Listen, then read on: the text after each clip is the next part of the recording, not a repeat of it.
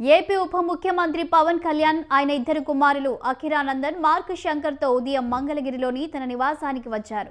అధికారులతో పార్టీ ప్రతినిధులతో ముఖ్యమైన విషయాలపై చర్చించారు. అనంతరం వారితో కలిసి మార్కాపురం నియోజకవర్గ పర్యటనకు బయలుదేరారు. అక్కడ జలజీవన్ మిషన్ కింద 1290 కోట్లతో చేపట్టనున్న తాగునీటి పథకానికి శంకుస్థాపన చేయనున్నారు. అనంతరం సభలో ప్రజలనుద్దేశించి ప్రసంగిస్తారు. తిరిగి మధ్యాహ్నం గన్నవరం విమానాశ్రయానికి బయలుదేరతారు.